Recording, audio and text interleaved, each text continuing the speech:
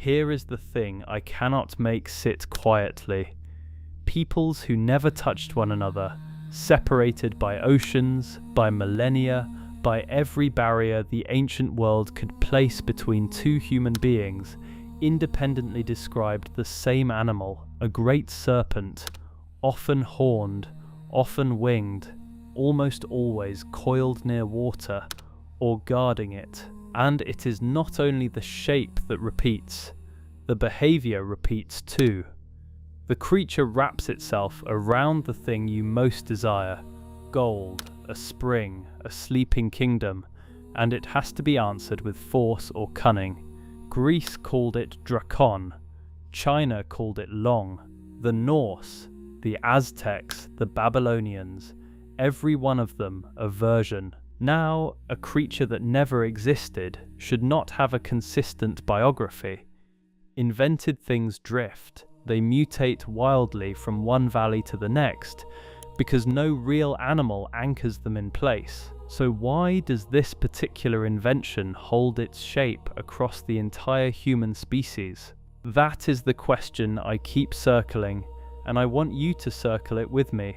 I should say clearly, before anything else, that I am not here to tell you dragons were real. I do not believe a fire-breathing reptile patrolled medieval skies. What I am trying to understand is something narrower and, to me, much stranger. Not the animal itself, but the shape of the silence that eventually surrounded it. Let me give the mainstream explanation its full weight first, because it is good. It is genuinely good.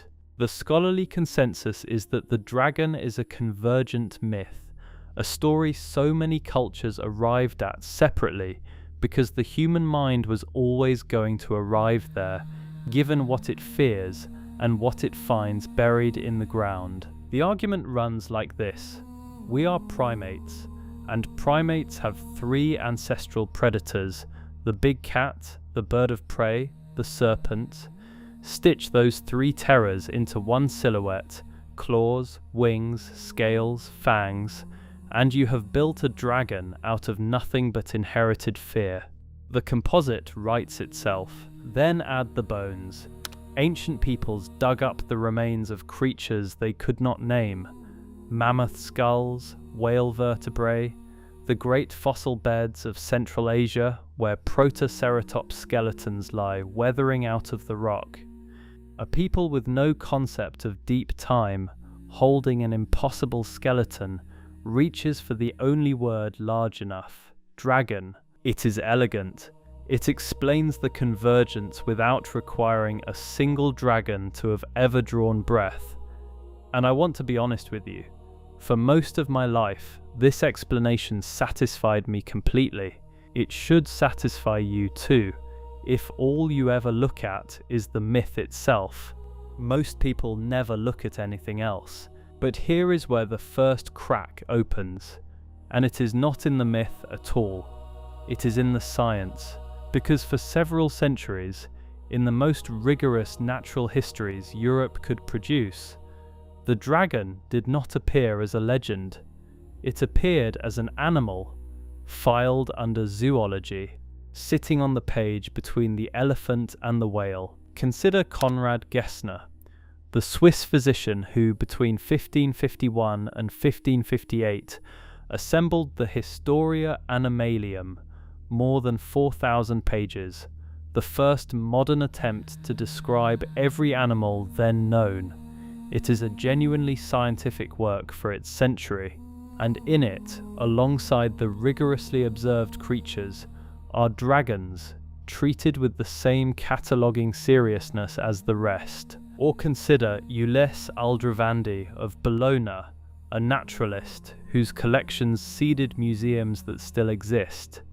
On the 13th of May 1572, a thing described as a monstrous dragon was found in the countryside near his city.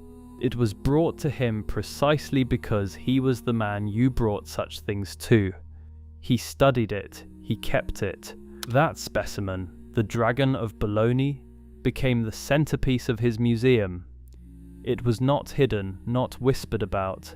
It was displayed openly, a public attraction that drew visitors for more than 100 years, and it anchored an entire book, Serpentum et Draconum Historiae, in which dragons are laid out beside snakes as kinds of natural creature.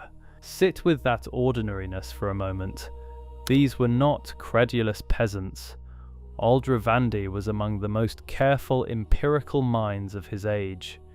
Gessner meticulously checked his sources and was known for it, and both men placed the dragon inside the natural order, not in a chapter on superstition, but in the part of the book reserved for things that live. Now you can already hear the obvious rebuttal forming, and it is the right one to raise. The dragon of Bologna was a fake. We know this now with some precision. A 2013 study in the journal Annals of Science concluded the specimen was a taxidermic hoax, a grass snake whose middle had been replaced with a fish, fitted with the forelimbs of a common toad. So the case is closed, surely. A clever forgery fooled a great man, the way clever forgeries always have, and it was not even rare. The curiosity markets of the period were full of Jenny Hannovers, dried rays cut and twisted into little dragons and demons to sell to gullible travellers. Gessner himself knew about the trade and warned of it. I find that rebuttal honest, and I accept most of it. The Bologna dragon was almost certainly stitched together by someone, but notice what the rebuttal quietly assumes and does not prove, that all of it was fakery, and that this is why dragons left the record. Hold that assumption. We are going to come back and test whether it actually carries the weight placed on it, because here is what the hoax explanation cannot quite reach. A forgery explains one bad specimen. It does not explain why serious naturalists, fully aware of forgeries, kept a category called Dragon open for centuries, a category they expected real examples to one day fill. You do not maintain a slot in your filing system for an animal you are certain does not exist, and the pattern does not stop with Aldrovandi's single museum piece. It surfaces again in the same world among the same kind of careful men. There is the matter of the Dracunculus, the little dragon, a specimen that excited the members of the Academia Dei Lincei, the Lynx, the first true scientific society in Europe, the academy that would later count Galileo among its number. Think about who those men were. The lynx took their name from the animal's legendary sharpness of sight. Their whole purpose was to see clearly, to strip wonder down to fact. These were the people building the very method that would later be turned against the dragon. And yet a little dragon, a real object, was passed among them as a thing worth a careful look. Aldrovandi himself left us the most revealing line of all. In compiling his Serpents and Dragons, he wrote that he could not personally vouch for everything he was reporting, and yet he chose to record it anyway, judging it better to let the reader decide than to risk a true account being lost forever. That is not the sentence of a fabulist. That is the sentence of a man preserving evidence he does not fully understand. Read it again, because I cannot get past it. Better to let the reader decide than risk a report being lost. He is not asserting dragons are real. He is doing something more disciplined and more disturbing. He is refusing to delete data he cannot yet explain. He is leaving the door open on purpose.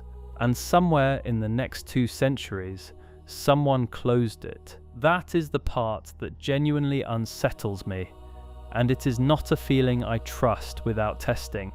So let me try to talk myself out of it. The obvious answer is that nobody closed anything, that science simply matured. As zoology professionalized through the 17th and 18th centuries, the dragon failed to produce a verifiable specimen, and so it fell away. Self-correction. That is how the method is supposed to work. I believe in that mechanism. I have watched it work on 100 other claims, but self-correction usually leaves a trail. When science abandons an idea, phlogiston, the luminiferous ether, spontaneous generation, it does so loudly. There are experiments, refutations, famous arguments, dated papers where one position dies and another wins. There is a recorded moment of death, so I went looking for the dragon's moment of death. The paper, the debate, the named naturalist who stood up and formally struck the animal from the catalogue of the living, the retraction. And here is the thing I have to report plainly to you. I cannot find it. There does not appear to be one. The dragon was not refuted. It was simply, gradually, stopped being printed. That distinction matters more than it first sounds. A refuted thing has a tombstone. An unprinted thing just thins out of the record until one day the slot is gone and no one remembers closing it. The ether got a funeral. The dragon got a slow erasure with no recorded officiant. And erasures without officiants are the kind of thing I have learned to slow down for. Now comes the part of the argument I am most cautious about, because it is where reasonable inquiry can tip into something less reasonable, and I do not want to make that crossing carelessly. The uniformity of the silence is itself a problem.